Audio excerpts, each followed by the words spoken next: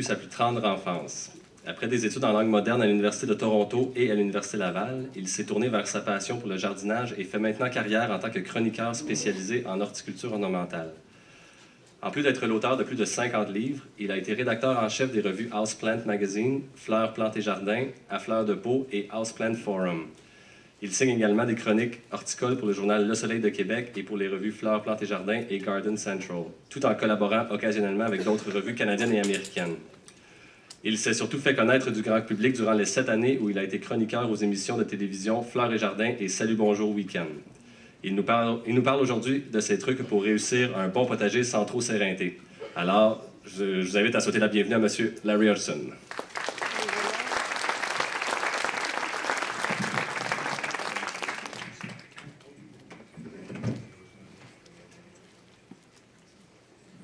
OK. Bon après-midi tout le monde.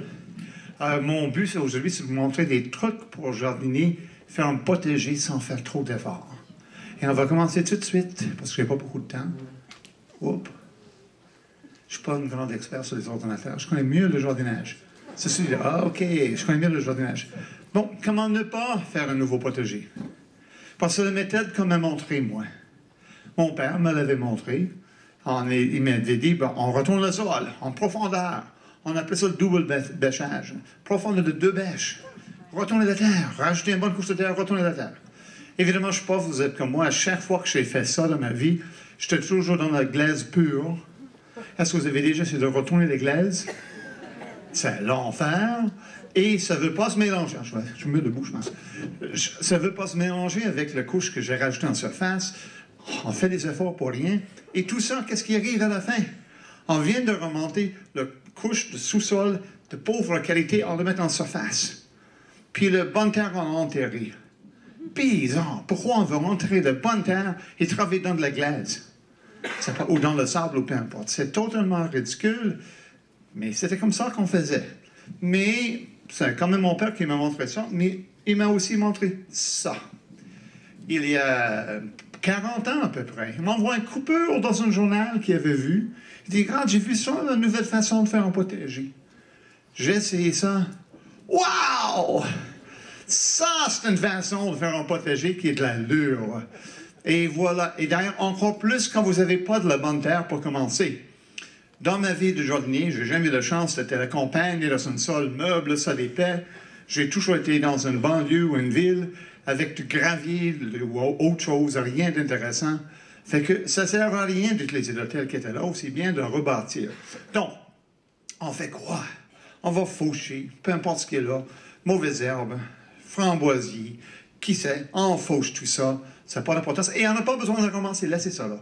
Ça va se décomposer, on va enrichir notre sol avec ce qu'on vient de couper. Parfait.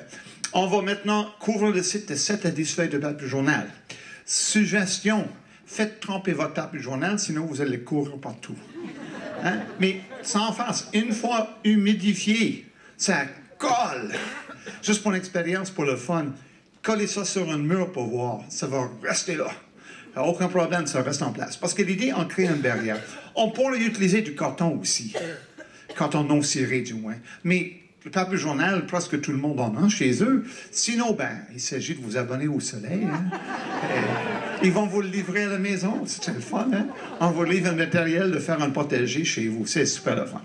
Donc, le papier journal sert à quoi? Ça va étouffer tout ce qui était là qu'on ne veut plus avoir. Et on s'entend sur quelque chose. Pour moi, une définition d'une mauvaise herbe, c'est une plante que je ne veux pas. Peu importe c'est quoi, si je ne le veux pas, c'est une mauvaise herbe. Donc, peu importe ce qui était là avant, je ne le veux plus. Donc, si c'était du gazon, ben désormais, cet endroit-là, où je fais mon potager, je ne veux plus avoir de gazon. Fait que si le gazon passe à travers, c'est pas intéressant. Le papier journal va tuer ces plantes-là. Sans lumière, il n'y a pas de vie pour les végétaux. Et qu'est-ce qui arrive à des plantes qui meurent? Ça devient du compost. Fait que, wow, on est en train de faire du compost, on n'a même pas fait d'effort. C'est assez le fun. Mais le papier journal, c'est pas très productif en soi. Fait qu'on va passer d'autres étapes. Maintenant, ça, c'est pas obligatoire, mais c'est bien plus beau quand vous avez une cadre autour de votre potager. Et ça tient la terre en place un peu mieux. Donc, on peut tout simplement se préparer un cadre à part. Évidemment, plus vous avez d'argent, plus c'est Ça dure longtemps. Parce que certaines bois sont un peu plus flexibles et ça va durer 40 ans. D'autres vont durer 10 ans. Bon, en tout cas, peu importe. Clouez ça ensemble avec un ami ou deux amis. Posez ça sur le papier journal. Et tout ce qui vous manque maintenant, c'est quoi? Il n'y a pas de terre. Fait qu'on va trouver de la terre. Oups, j'ai oublié. Je ne connais pas comment reculer. En tout cas, pas grave. Si je fais ça, quoi? Non? Je pensais que j'avais cette image-là. J'ai coupé des choses, c'était trop long. OK. J'ai pas vu de neige dans le coin. Bon, racheter de la terre de qualité, ça, c'est le plus dur à trouver. Trouver de la bonne terre, là, sans mauvaises herbes. Vous ne voulez pas acheter des mauvaises herbes? À quoi ça sert d'acheter des mauvaises herbes? Vous voulez de la terre qui n'a pas de mauvaises herbes. Donc, allez voir les marchands, insistez. Vous voulez de la bonne terre pour faire un potager. Vous voulez que ce soit riche, vous voulez que ce soit meuble, et vous ne voulez pas avoir de mauvaises herbes dedans. Avec un peu de chance, vous allez repartir avec quelque chose qui est de l'allure. N'achetez pas de la cochonnerie. La célèbre terre noire. C'est bon à peu près rien, ce produit-là. C'est pas riche. Ça, c'est une longue histoire. Je n'irai pas dans les détails. Mais c'est pas de la terre noire, en fait. La terre noire, ça se vend pas au Québec. Ça se vend. On vend le fond des tourbières. C'est de la tourbe noire. En tout cas, longue histoire. Bonne terre, sans mauvaise herbe, et vous êtes parti. Combien de temps que ça fait pour faire ça, comparatif à l'autre méthode où vous retournez la terre en profondeur? Ça peut prendre une journée et demie, 2 jours pour préparer le potager. Là, même avec l'assemblage du cadre, on parle de peut-être 1h30, 3. C'est un peu plus facile. D'ailleurs, ailleurs, je n'ai pas vu ça au Québec encore, mais ailleurs, vous savez, vous n'avez même pas besoin de trimballer la terre. Il y a bien une compagnie maintenant, ailleurs, qui vient souffler la terre. Vous lui donnez un coup de fil, je veux la terre là-bas, camion reste dans la rue, pas sur dans votre plate-bande, et ils viennent avec un long tuyau, puis ils soufflent la terre au bon endroit. Hey, j'ai assez hâte que ça arrive dans la région. En tout cas, je ne l'ai pas vu. Bon. Ou on peut aussi essayer, vous avez vu en bas, là, ces nouveaux sacs Big Bag. Et ça, c'est un énorme sac. Moi, j'ai essayé ça il y a 2 ans pour voir. Encore une fois, il n'y a rien à faire. C'est tout fait facile. Vous l'étalez, j'avais des mauvaises herbes, je l'ai mis sur les mauvaises herbes, c'est pas grave. Et j'ai rempli ça de terre. D'ailleurs, j'avais envie de le mettre sur le toit de ma maison. Mais je me voyais monter un escabeau et redescendre avec des sacs de terre, et ça m'a un peu découragé. Au niveau du sol, c'était quand même moins pire. Évidemment, si je préfère souffler la terre sur mon toit, ça, c'est une autre histoire, mais c'est pas encore fait. Mais voilà, facile, aucune complication. Et vous partez tout de suite, vous avez des résultats extraordinaires de première année. Paillis. Vous savez que le paillis, d'ailleurs, c'est un vieux mot, c'est pas nouveau, c'est une vieille technique, ça. Beaucoup de gens l'utilisent maintenant dans le plate-bande. D'accord, pas fait. Mais on dirait que le transfert, c'est pas fait au potager. Et pourtant, ça fait la même chose. Vous avez une couche de matière en surface, mettez-en épais, hein? 7 à 10 cm de haut, là. Vous avez cette matière en surface, et ça va empêcher les mauvaises herbes de germer, ça va empêcher la terre de se compacter, ça va se décomposer en enrichissement de sol, et ça vous enlève quasiment tout le travail d'entretien pour la suite. Vous avez même besoin d'arroser moins. Pourquoi pas mettre ça? Pourtant, bien des gens sont encore là à sacler dans le potager. Moi, je fais plus ça, trop de travail. Bon, quand vous avez posé votre couche de paillis en surface, vous n'avez que piqué des plants à travers, tasser un peu le paillis, piquer, et vous avez terminé pour les plantes qui se repiquent. Tomates, piments, etc. Pour les semis, là, pas aussi facile, mais on tasse le paillis en rang, sous fait des rangs, je ne fais plus de rangs, mais en tout cas, c'est sous fait des rangs, tassez le paillis de bord et d'autre, sous fait des cercles, tassez le paillis, semez, et quand les plantes sont assez hauts, vous remettez le paillis en place. Là, les semis qui marchent le mieux avec le paillis, c'est des choses qui poussent relativement vite. Vous semez, par exemple, des haricots. Une semaine et demie plus tard, vous le remettez. Les mauvaises herbes, les graines de mauvaises herbes, vous savez, ils vont s'accumuler sous le paillis, prêts à germer. Mais, vous jure, cette plante-là, le haricot, est plus vite que les mauvaises herbes. Vous le remettez, vous avez de paix. Et là, vous avez des plantes un peu plus plates, comme les carottes, où vous semez, et vous attendez, et vous attendez, et vous attendez, et vous attendez. Et avant que ce soit assez haut pour remettre le paillis, toutes les mauvaises herbes du monde ont germé. C'est qu'il faut se mettre les genoux et faire un peu de désherbage manuel. Mais c'est quand même moins pire que de sacler tout le temps. En tout cas, voilà. Donc, et quand vous avez de moins, le paille se décompose. Hein. Quand vous en avez moins, rajoutez-en. Facile. Pas compliqué, ça. Plus besoin de sacler. Extraordinaire. Ça fait tellement longtemps que je n'ai pas saclé, je ne sais même pas si je sais encore comment faire. Et que j'ai essayé ça, sacler. Pour plusieurs raisons. D'abord, on dirait que le moment où il fait le sacler, c'était toujours la journée où il faisait le plus chaud de l'été. Et on fait le maintenant à sacler. Ah, j'ai essayé ça pour ça. Mais aussi, on ne prenait jamais le contrôle des mauvaises herbes. C'est ce qu'on nous promettait. On dit, sacler, vous allez contrôler les mauvaises herbes. Sacler, vous allez meubler le sol. Et je saclais, évidemment, ayant déjà jardiné, je savais très bien que les mauvaises herbes que j'ai enterrées allaient repousser dans 2 semaines. Et la terre allait devenir dure comme la pierre, encore une fois. Et pourquoi je fais ça d'abord? Je le faisais en disant, voyons, ça ne marche pas cette affaire-là, mais je l'ai fait parce que c'est ce qu'on m'avait dit de faire. Et avec du paillis, qu'est-ce qui se passe? Ben, des rares mauvaises herbes qui passent, il n'y en a vraiment pas beaucoup, vous les arrachez, le petit trou qui reste, tassez du paillis pour le remplir. Vous savez, un point de lumière, là, ça donne une chance à une plante de germer. Hein? Fait qu'on va le remplir. Facile, ça.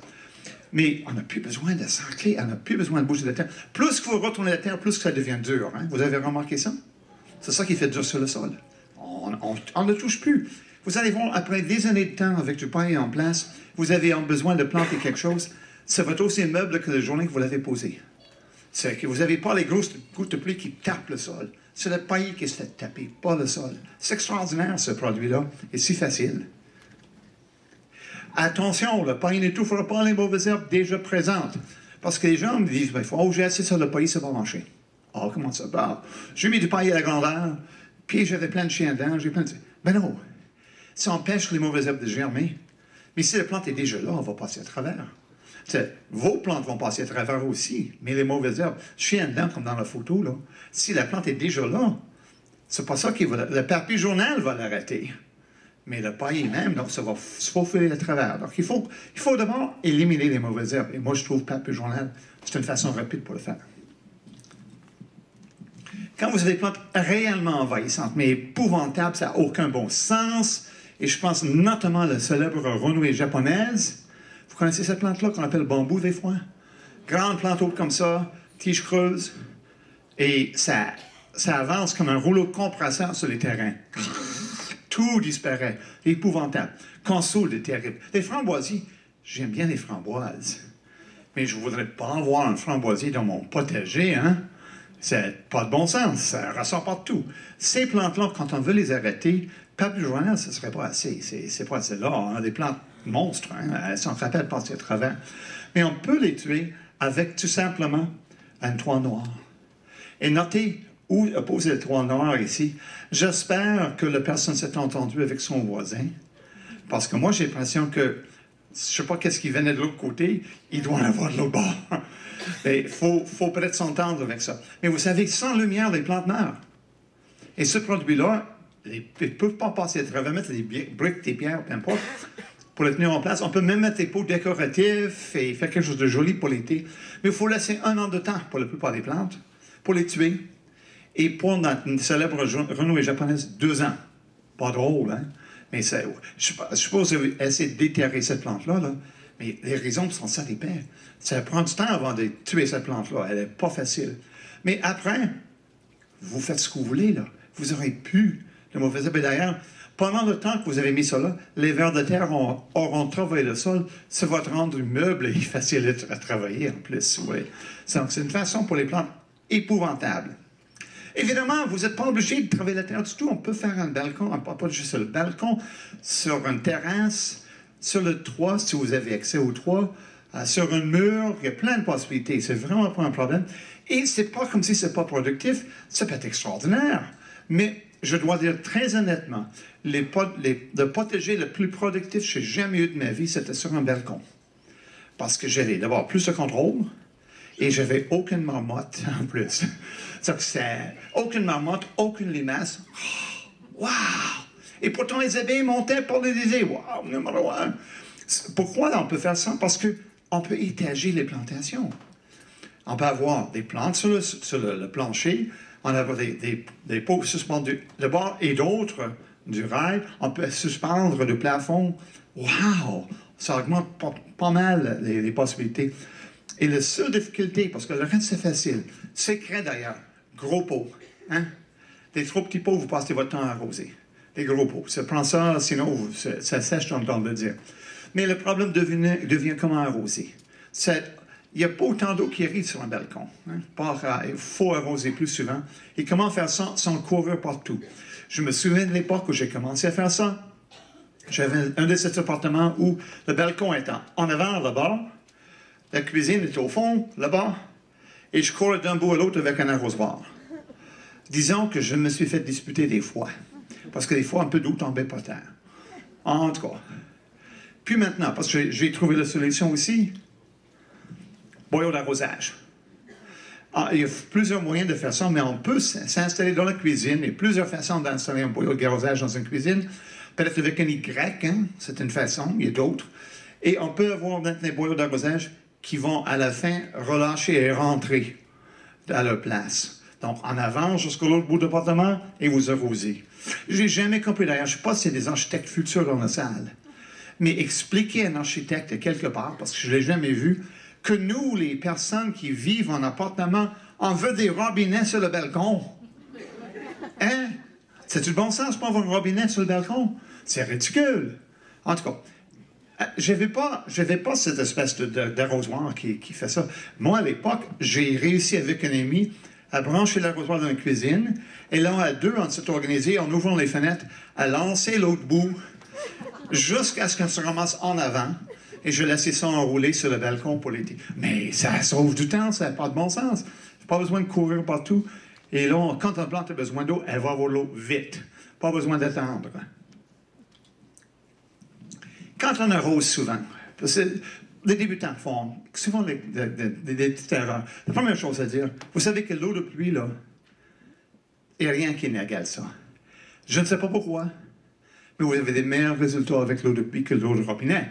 Je ne dis pas qu'on peut toujours utiliser de l'eau de pluie, il n'y en a pas toujours. Mais quand on peut, pourquoi pas? Et il y a plusieurs façons de trapper l'eau de pluie qui tombe sur votre toit, par exemple, et l'utiliser. Donc, pensez à ça. D'autres trucs pour être efficace, arroser le matin, c'est possible.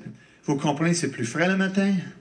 Souvent, il n'y a pas de vent le matin. Ça prend dans l'après-midi. Plus que ça vente, plus que vous perdez l'eau, ça va s'évaporer. Plus qu'il fait chaud, plus ça va s'évaporer.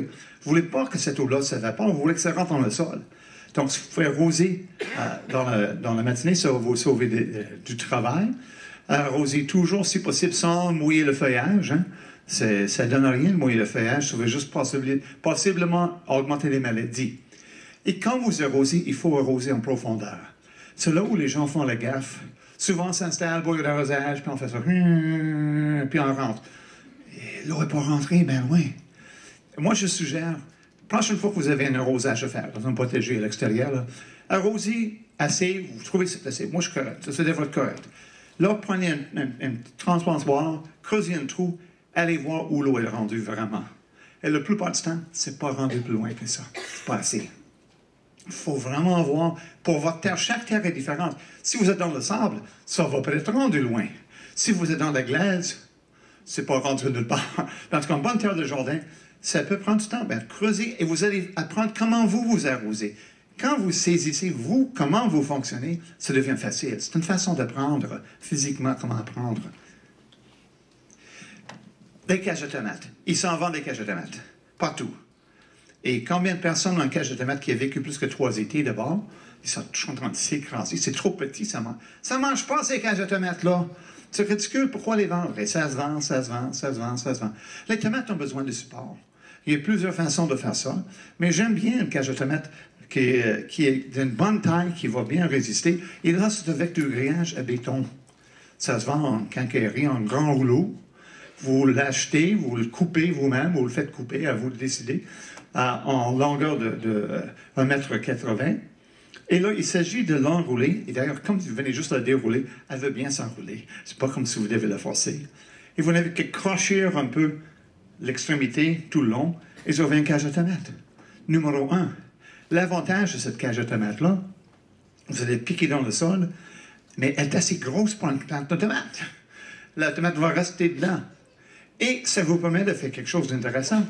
Les tomates indéterminées, que normalement on passe le temps à enlever les soi-disant gourmands. Il n'y a pas de gourmands sur une plante de tomate, hein, c'est des branches, ça.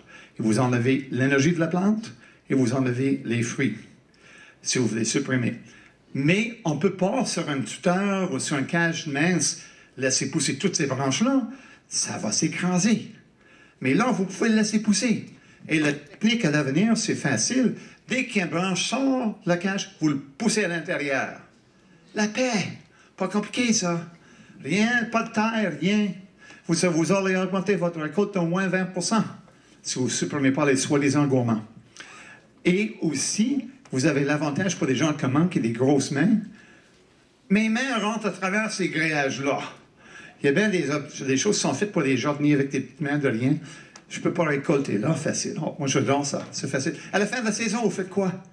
Vous les défaites, vous les couchez par terre dans un garage ou un cabanon et vous les remontez au printemps. Pas compliqué. Facile, facile. Comment économiser sur les semis? Vous êtes venus ici pour les semis, ça a fait des semences. Vous allez tous repartir, je suis certain, avec des sachets. Comment faire des semis pour économiser en même temps? D'abord, c'est très économique de faire des semis dès le départ. Ça ne vous coûte pas grand-chose et ça produit énormément. Mais qu'est-ce qu'on peut faire pour faire que ça coûte moins cher? Ben, on n'a pas besoin d'acheter des pots.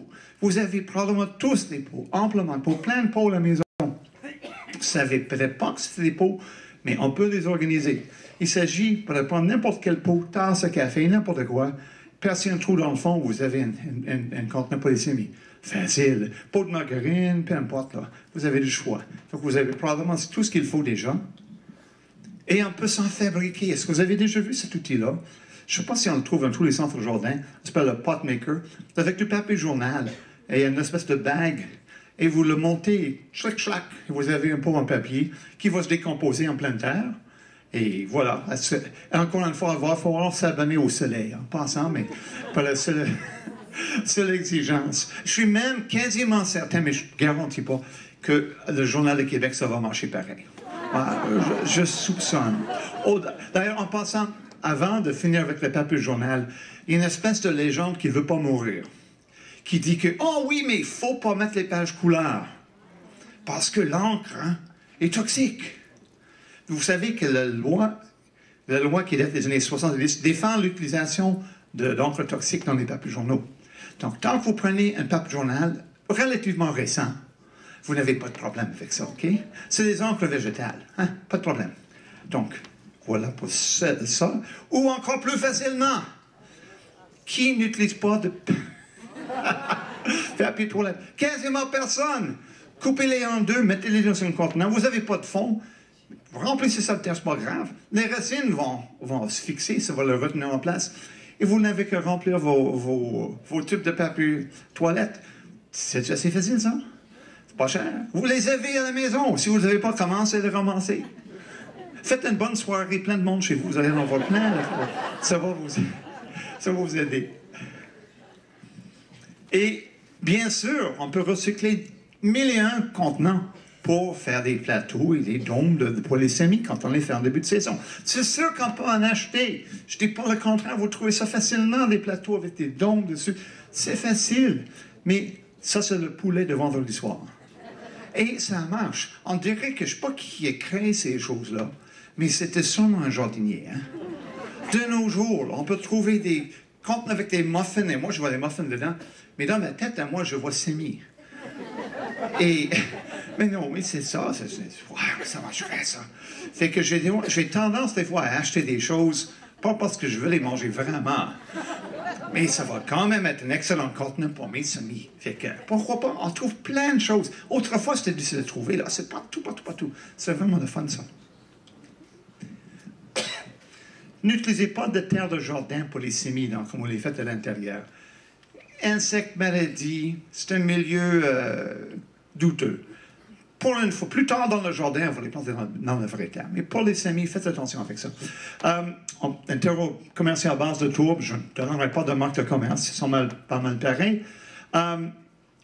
Si vous avez des semis qui ont la réputation d'être plus difficiles que d'autres, utilisez un nouveau sac. Il peut y avoir des spores de... Si le sac est là depuis un an, il peut y avoir des spores de maladies qui sont rentrées. C'est quelque chose qui peut être fragile. Hein, ça. Bon, je vais vous donner l'exemple le plus fragile des plantes que je connais. Sur les semis des pavots bleus, là. Alors, regardez pas, c'est pas drôle. Mais ça, c'est vraiment des plantes. Prenez un nouveau sac pour ça. Le surplus, ben, on va s'en servir tantôt pour rempoter, etc. C'est juste les jeunes semis. On ne veut pas vraiment avoir des contaminants du tout. Et si vous êtes capable de trouver un terreau avec mycorhizes, ces champignons bénéfiques, ben voilà une étape de moins. Ils sont déjà là. Pas besoin de chercher. Ça règle le problème. Économiser sur les semis, ben, presque toujours, vous avez trop de semis. Vous allez en acheter aujourd'hui. Il va vous en rester. Et quelques exceptions. Mais presque toujours, c'est bon, 2 à 3 ans. 3 ans même plus des fois. Fait que, calculez que votre achat aujourd'hui, c'est pas 3 ans. Fait que vous jetez-les pas, gardez-les, conservez. Il s'agit de replier le sac, les coller avec du papier collant, c'est tout. Vous les conservez d'une année à l'autre pour être certain que ça se conserve bien. Vous allez voir, on va parler de ça. Si vous récoltez vos semences, prenez une enveloppe, n'importe quelle enveloppe. Ça existe encore, le courrier. Hein? Alors, des fois, on reçoit le courrier. Pas besoin d'acheter une enveloppe neuve. Vous prenez un coin d'enveloppe et vous mettez vos semis dedans. Mettez le nom dessus.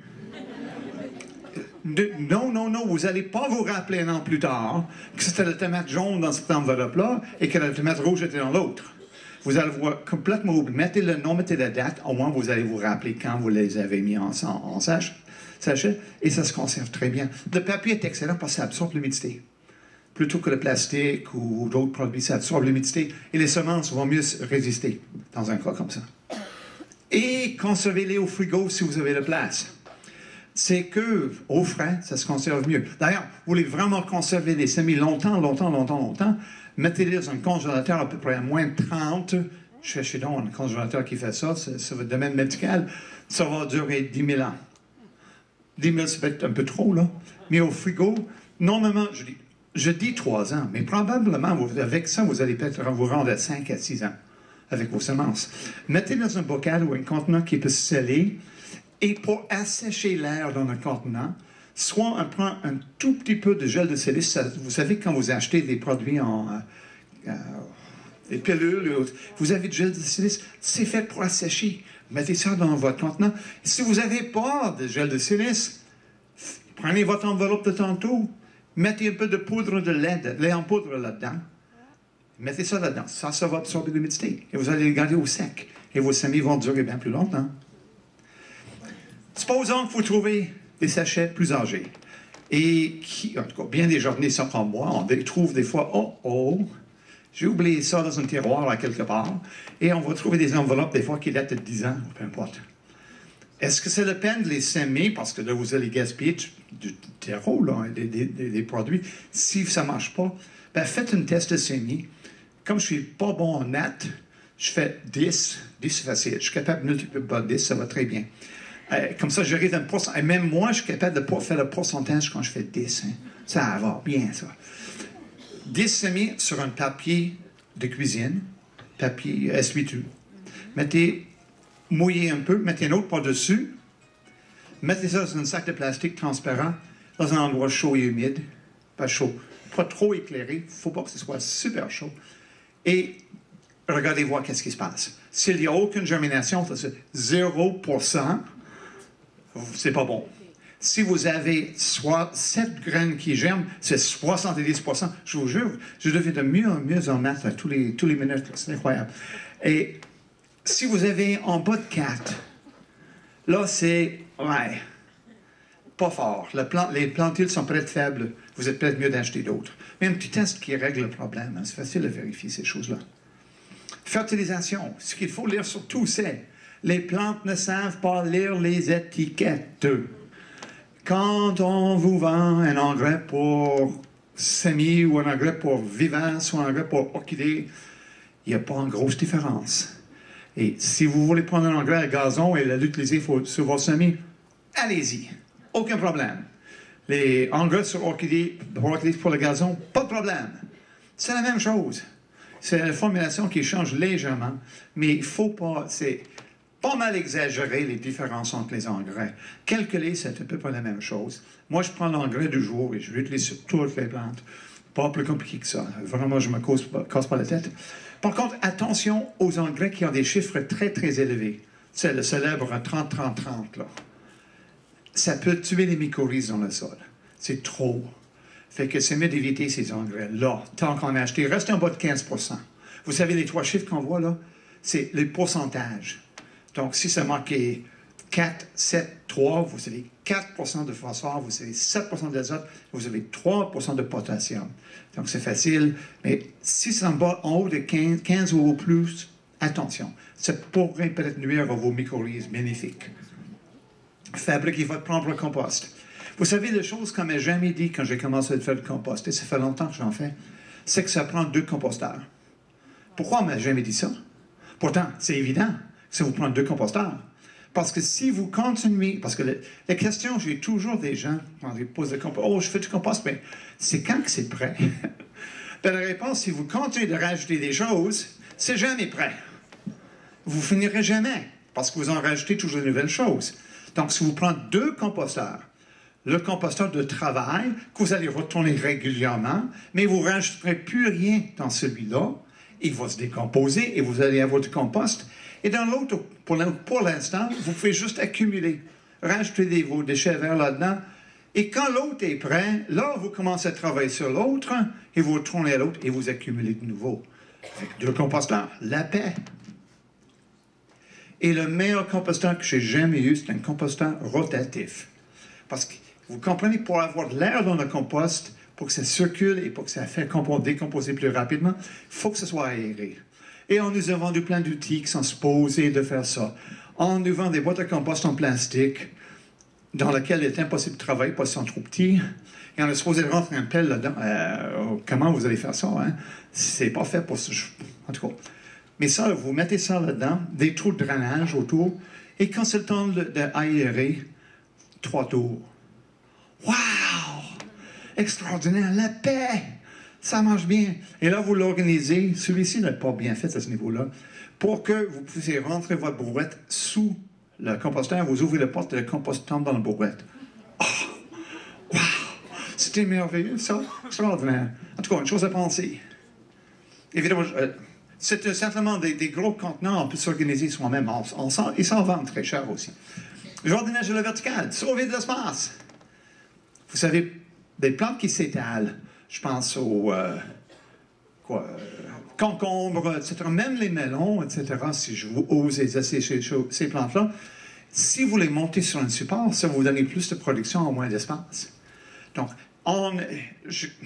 je vous donne juste un exemple, mais il y a 1001 façons de monter les plantes sur des supports, mais ça sauve de l'espace pour l'autre plante. Vous allez avoir plus de production dans le même espace. Et souvent, en ville, justement, on manque d'espace. C'est une bonne façon. À vous de choisir la méthode. Les Amérindiens faisaient des tipis, hein, avec des branches. Ça a toujours marché, puis ça marchera encore aujourd'hui. Donc, vraiment pas compliqué. Pour un jardinage facile, utilisez des variétés résistantes. Pourquoi pas? Pourquoi c'est pas illégal de planter une plante qui est résistante à telle chose? Il y a même des carottes, comme Fly Away, qui n'attirent pas la mouche de la carotte. Pourquoi se casser la tête? Profitez-en de ces choses. Vous allez voir, d'après des noms de certaines plantes, toute une série de lettres, NFT, etc. Ça indique des résistances aux maladies. Pourquoi pas en profiter de ça? Et quand vous avez des plantes comme ici, ça, c'est des pommes Liberty. Liberty est résistante, complètement résistante à la tavelure. Vous n'en verrez jamais. Vous n'avez pas la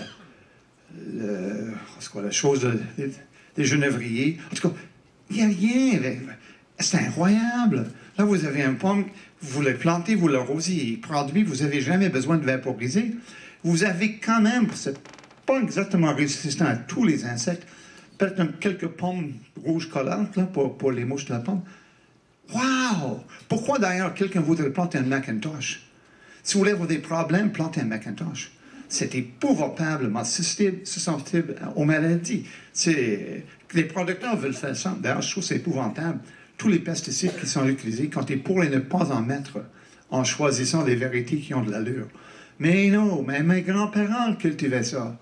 Ils ne veulent pas changer. C'est plate pour nous parce qu'on mange ces pesticides-là après. Hein? Pas drôle. En tout cas, c'est pas moi, j'ai parlé de liberté parce que c'est une vérité courante. Mais Novamac, il y en a plein de vérités résistantes maintenant. Plus besoin. Et ça, c'est des pommes. Tomates, etc. Il y a plein de vérités qui résistent aux maladies. Donc, c'est bien d'en profiter, quant à moi. Conflit, vérité patrimoniale et vérité moderne. On a ici, bien sûr, beaucoup de gens qui vont vous vendre des produits patrimoniaux. Et l'idée est que c'est un goût d'autrefois. Les tomates sont plus grosses, plus juteuses, etc. Et il y a beaucoup de raisons là-dedans parce que très souvent, en développant des vérités modernes, on a été mettre de côté ces côtés-là. D'ailleurs, le célèbre tomate Celebrity qui se vend, qui est la tomate vendue le plus au Québec pour la culture à la maison, c'était créé à l'origine pour la transformation. C'est une tomate qui est solide, on peut le mettre dans une boîte et l'envoyer à travers le continent sans que ça s'écrase. Mais est-ce que vous n'aimez pas mieux une tomate qui fond dans votre bouche quand vous mordez dedans qu'une tomate qui a une texture de carton-pâte? Bien, c'est ça la différence. Quand on récolte à la maison, on n'a pas les mêmes besoins que les producteurs. Donc, c'est intéressant, beaucoup de vérités patrimoniales, c'est ça. Mais, résistance aux maladies, elles l'ont pas. Fait que qu'est-ce que c'est qu'on peut faire? Et là, je lance l'idée, à vous d'expérimenter avec, mais vous savez, on est à peu près la seule région du monde où les gens cultivent encore des tomates sur leurs propres racines. Ça se fait tous maintenant sur tomates greffées. Ah, il y a des variétés qui produisent des tomates de 4e qualité, pas mangeables, mais qui ont un système racinaire extraordinaire. D'ailleurs, vous allez voir des racines de tomates grosses comme ça. Vous ne voyez pas ça, c'est des tomates normales. Hein?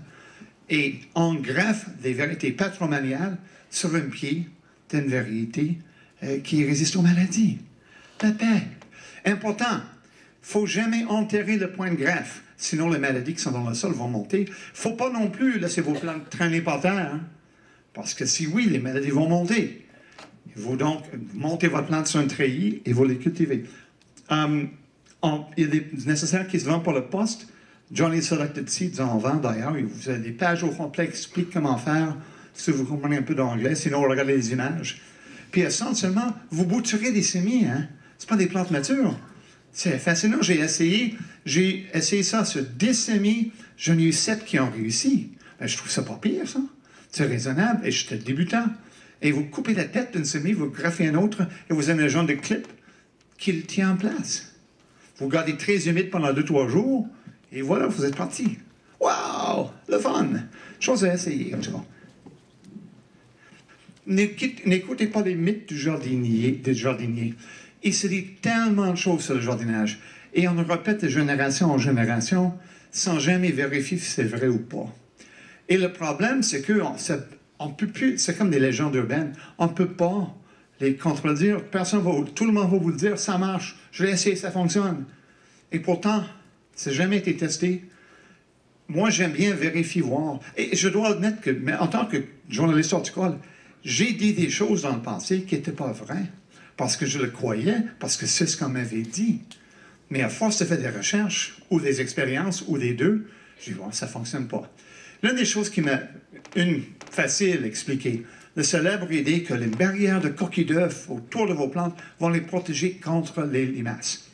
Ça fait depuis mon enfance que j'entends ça. Et je l'ai cru au début. Je mettais mes coquilles d'œufs autour de mes plants.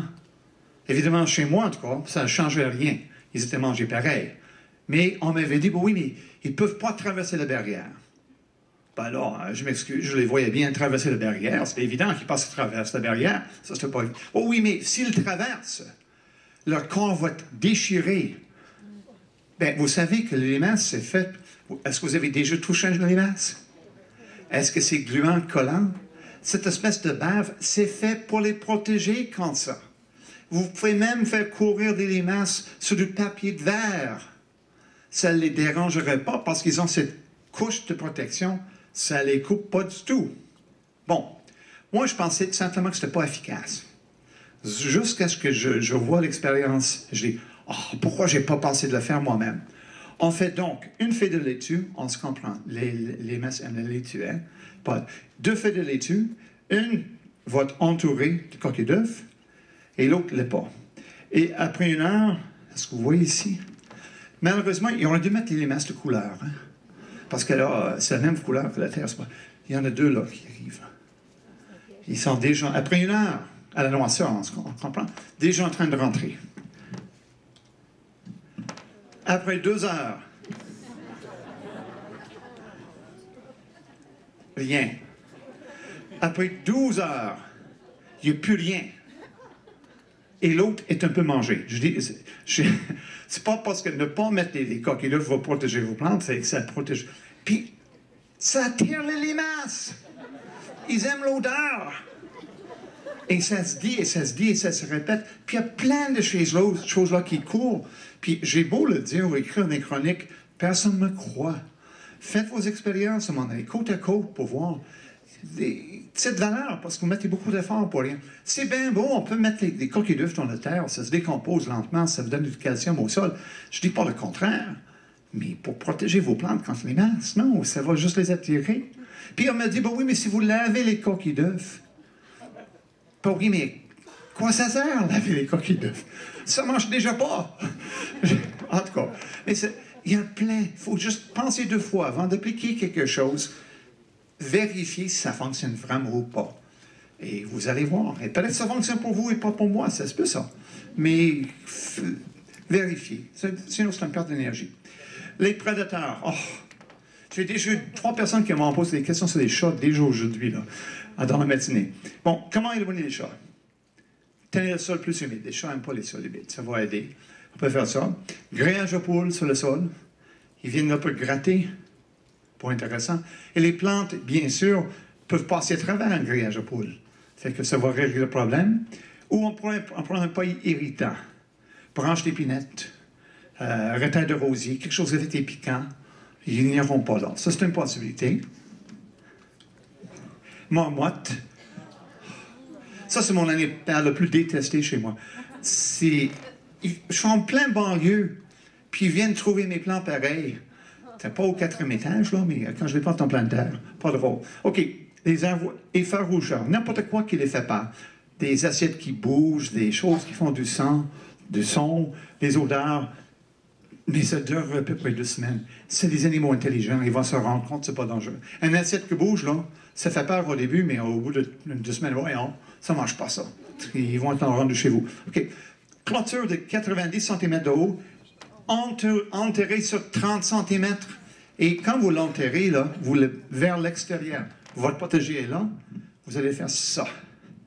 Il va essayer de creuser. Il va creuser. Il va rencontrer le barrière, il va abandonner. De toute façon, il y a probablement un voisin qui n'a pas de clôture. Fait qu'il va aller manger chez eux. C'est pas... On ne fait que les diriger ailleurs. Mais j'ai rien contre ça. Raton laveur, encore pire. Quand je lui dis qu'une marmotte est intelligente, j'ai comme légèrement exagéré. Mais c'est quand même mieux qu'un insecte. Mais raton laveur, quand ils veulent aller chez vous, là, vous n'avez pas d'idée. Tout ce qui est prêt à faire, ils vont même tirer les branches pour pouvoir monter sur les clôtures. Ça n'a pas d'allure, ces animaux-là. Vraiment pas. Ils ne devraient pas les permettre en ville, ça, certain. La même chose. D'abord, évitez les plantes qu'ils aiment. Ils aiment beaucoup le maïs, hein. Si vous voulez avoir la peine, plantez pas de maïs, achetez votre maïs. Problème réglé. Melon, des petits fruits. C'est pas fort, c'est les légumes, au moins. Il y a ça d'avantage avec les ratons laveurs. Les fers rougeurs, mais il faut les répéter, changer constamment. Sinon, ils vont revenir. Et là, en clôture électrisée, là, de 1,20 m de haut, enterré encore la base, devrait marcher, à moins qu'il y ait une branche qui dépasse. Et dans ce cas-là, il faut le couper, sinon, il va y passer. C'est terrible, ces bêtes-là. Des oiseaux, on aime bien les oiseaux, on a besoin des oiseaux. Mais ça, c'est plate quand ils mangent nos choses. Ah, on a ça. Pour les éloigner, évitez les plantes qu'ils aiment. Ils ne mangent pas vos carottes, hein. La paix, c'est des fruits, des petits fruits. Des gros fruits, ils ne mangent pas les pommes non plus. Des cerises, par exemple. C'est un trou dans chaque cerise. C'est toi, c'est plate, ça. Pas drôle, tout. On peut toujours, bien sûr, recouvrir des plantes d'un filet, et vous allez voir que ça marche. Évidemment, tous les fruits qui sont près du filet, ils vont quand même les manger, mais ils ne mangent pas des choses à l'intérieur. Mais c'est du travail, ça. Surtout une cerisier qui est un arbre bien plate. Mais est-ce que vous avez déjà pensé de leur cacher les fruits? Ils sont attirés par le rouge, les oiseaux. Le rouge indique que le fruit est prêt à manger. Si vous plantez des framboisiers jaunes, par exemple, des framboises jaunes, ils ne mangeront pas vos fruits. Quand j'étais petit, mon père avait découvert ça. Quand j'étais petit, nous, on mangeait que, sans farce, on ne mangeait que des fraises blanches. C'est tout ce qu'on avait, parce que les oiseaux ne touchent jamais aux fraises blanches. La paix! Les cerises chez nous, puis le cerisier doit encore là. Cerise jaune. La paix! Jamais qu'ils vont les manger. Wow! Quelle différence! Il faut les trouver maintenant. Je vous envoie chercher ça, c'est pas évident. Mais ça peut être le fun d'essayer ça, pour le fun. Et ça, je vous montre un petit truc qui coûte assez cher, malheureusement. Mais tout ce qui est plus gros qu'une Suisse, ça ne marche pas pour les Suisses, c'est plus bas. Le détecteur de mouvement muni d'un arroseur. Et quand l'animal passe, pshht, et là, ils sont touchés. C'est que de l'eau, hein? Mais ils sont touchés. Ça, c'est quelque chose, ça. La panique totale. Là, la tête de l'animal n'arrive pas à comprendre. S'ils retournent la deuxième fois, ils se font en rose. Ils ont été touchés encore. Oh! Et ça fonctionne contre quasiment tout. Le chat du voisin, les marmottes, le facteur, tout. Ça marche, ça marche. Mais c'est coûteux, c'est à peu près 70 $, 80 $ acheter l'appareil, là. Mais ça marche, cette affaire-là. Mais quand vous êtes vraiment au désespoir, essayez ça. Les chevreuils, ça fonctionne pour les chevreuils aussi. C'est bien le fun. Pour les nourrir les insectes sont stupides, mais ils sont perspicaces, pareil. Faites une rotation de culture, vous allez les changer de place. Et d'ailleurs, parmi votre rotation de culture, peut-être que l'une des solutions, ce serait de ne pas planter la plante en question une année pour éliminer les insectes. Vous avez un problème, je ne sais pas, avec les concombres. J'essaie de trouver l'insecte qui mange le concombre, puis le blanc de mémoire, puis pardon, chrysomèles de concombre. Vous comprenez que les chrysomèles vivent dans le sol, doivent sortir et manger de concombre l'année suivante. S'il n'y a pas de concombre, ils vont mourir. Vous avez de la paix. Donc, peut-être sauter une année de temps en autre, c'est pas mauvais. Mais on peut aussi essayer cette technique-là avec une couverture flottante ou remake, c'est le marque qu'on voit habituellement, mais il y en a d'autres. Et le truc, c'est le suivant. Vous plantez vos concombres pareil, mais pas au même endroit. Parce qu'au même endroit, il y a soit des larves, soit les cocons de l'adulte, je ne sais pas, ils sont déjà là. Vous les plantez ailleurs et vous recouvrez avec ça des piquets, des pierres pour le tenir en place.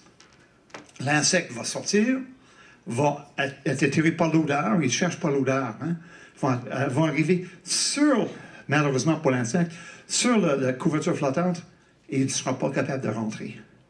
Donc, tristement, les insectes vont mourir. C'est pas drôle, je sais, vous allez pleurer un petit peu. Mais le défaut, ça marche très bien, mais ça garde chaud. Fait que rendu au mois de juillet, là, on n'a presque pas le choix que de l'enlever.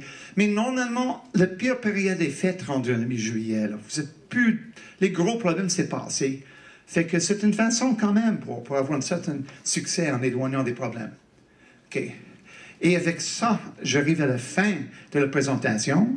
Et je vous suggère d'essayer ça en potager en ville. Ça marche. Vous pouvez avoir un succès fou avec ça. Et vous allez avoir des bons fruits, des bons légumes à manger. Et ça ne vous coûterait pas cher. Excellent pour la santé. Et juste, j'ai une dernière invitation de visiter mon site web à www.jotnyparesseux.com. Si vous avez déjà été dans le passé, d'accord, c'était pourri. Mais là, ça fonctionne bien. Tout à fait renouvelé depuis le mois de janvier. Donc, voilà. Maintenant, je vous laisse la place aux questions. Est-ce que vous avez des questions sur n'importe quel sujet horticole? Oui.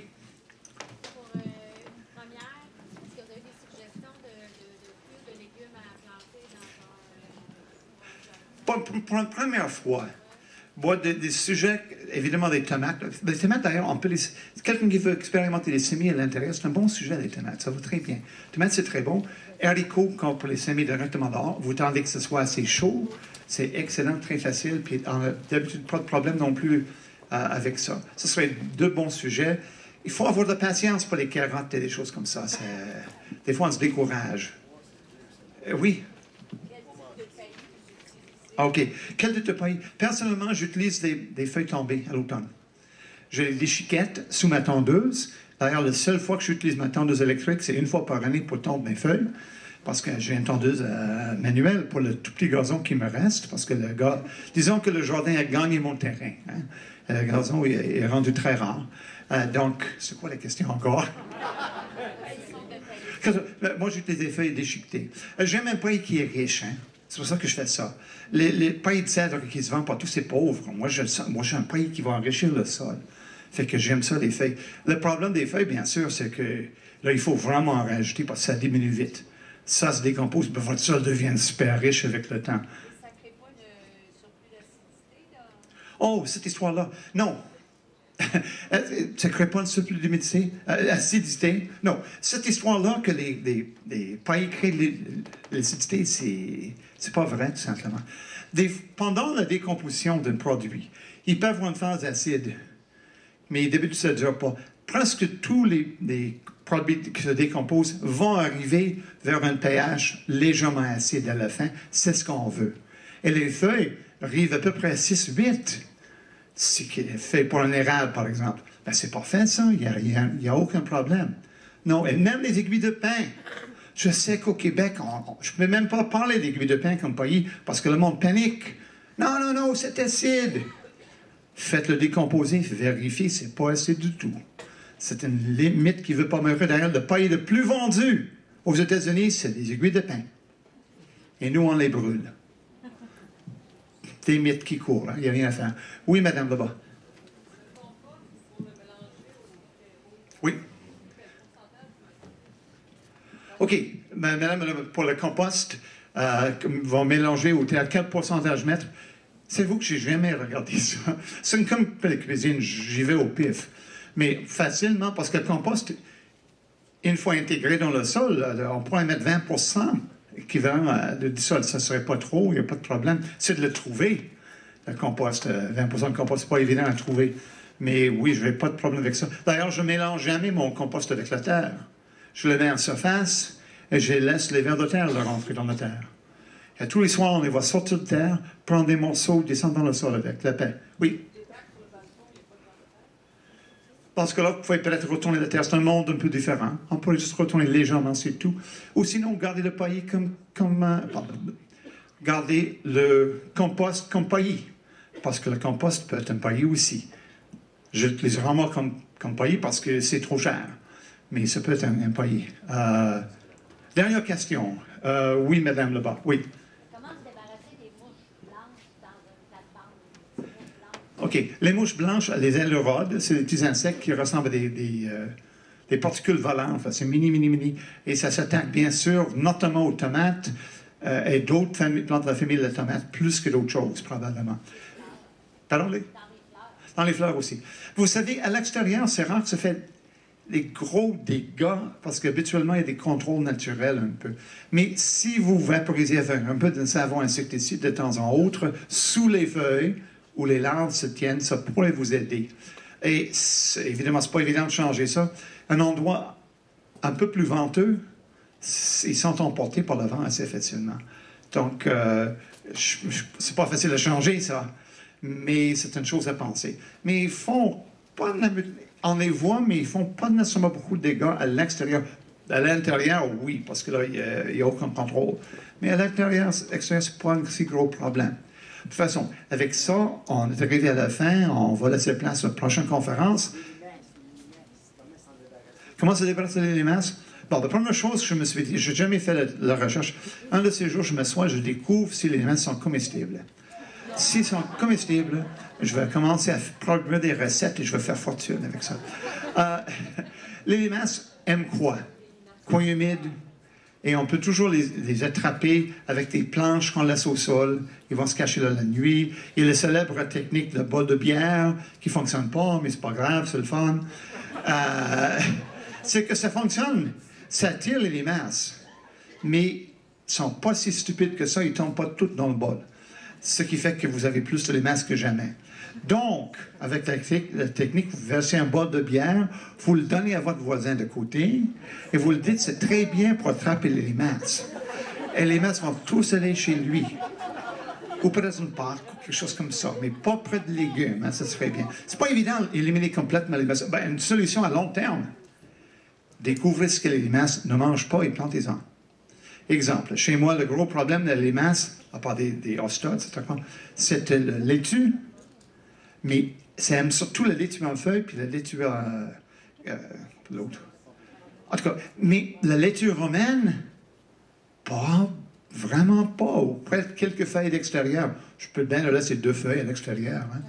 Fait que là, je cultive plus du tout. Et les limaces sont disparues de mon terrain. J'ai éliminé les plantes que les limaces aimaient. La paix totale. Mes voisins en ont plein, moi, j'en ai pas. J'en trouve près de 5 par année chez moi. C'est pas la peine de paniquer pour 5 limaces sur un terrain.